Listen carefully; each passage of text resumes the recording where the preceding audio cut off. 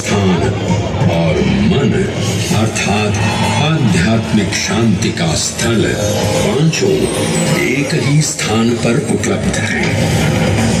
ये संयोग महाकाल की नगरी उज्जैन की महिमा को और गरिमामय बना देता है। उज्जैन के इस अलौकिक स्वरूप से प्रभावित हो महाकवि कालिदास अपने काव्य मेघदूत में लिखते हैं, हे जलधर, यदि महाकाल के मंदिर में समय से पहले तुम पहुंच जाओ तो तब तक वहां ठहर जाना जब तक सूर्य आंख से ओझल न हो जाए। शिव की संध्याकालीन आरती के समय नगाड़े जैसी मधुर ध्वनि करते हुए तुम्हें अपने धीर गंभीर गर्जनों का पूरा फल प्राप्त होगा। ये संध्या आरती जिसे कालिदास ने सराहा है अत्यंत महत्वपूर्ण है, क्योंकि ये वो प्रहर है जब सभी देवी देवता गंधर्व यहाँ उपस्थित होते हैं।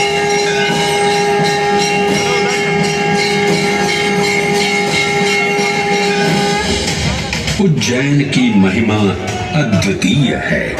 सतयुग, त्रेता युग, द्वापर युग और कलयुग, हर युग में इसका अप्रतिम महत्व रहा है।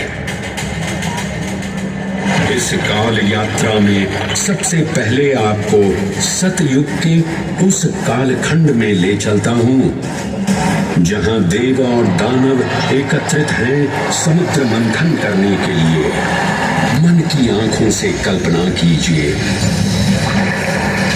भगवान विष्णु ने कूर्म का रूप ले मंदरांचल पर्वत को अपनी पीठ पर उठा रखा है। सागर से विकराल लहरें उठ रही हैं, मेघ भयानक गर्जना कर रहे हैं। देव और दानव वासुकी सर्प को नीति बना और मंदार पर्वत को मथनी बना सागर को मथ रहे हैं कि तभी जल का पाप कालकूट विष निकलता है और पूरी सृष्टि को अपने ताप से झुलसाने लगता है। इस भयावह स्थिति ने देवताओं और असुरों के बीच हाहाकार मचा दिया।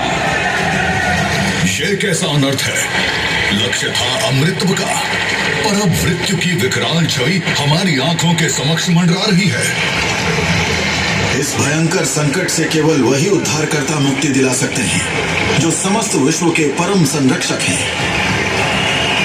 तभी सब महादेव की शरण में जाते हैं और पुकार लगाते हैं, ओम नमो भगवते रुद्राय। और फिर तुष्टा महादेव भक्तों की गुहार सुनते हैं, कैलाश से उतरते हैं, विष को अपनी अंजुलि में भर अपने कंठ में धारण करते हैं।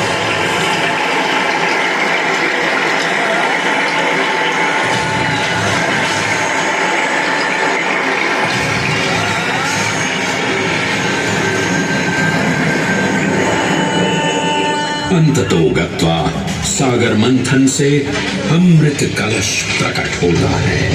जैसे ही अमृत प्रकट हुआ, दानवों ने इसे केवल अपने आधिपत्य में लेने की आकांक्षा प्रकट की और संघर्ष छिड़ गया। आज यदि हम इस अमृत को प्राप्त कर सकें, तो हम देवताओं पर हमेशा के लिए प्रभुत्व स्थापित कर पाएंगे। अमृत अपात्र हाथों में ना जा पाए, क्योंकि ये अपनी शक्ति का असीम दुरुपयोग करेंगे। इस अराजकता के परिणाम स्वरूप अमृत की कुछ बूंदें छलकी और पृथ्वी तक पहुंच गई। 4 स्थलों पर स्पर्श हुआ इन बूंदों का, हरिद्वार, प्रयागराज, नासिक और उज्जैन।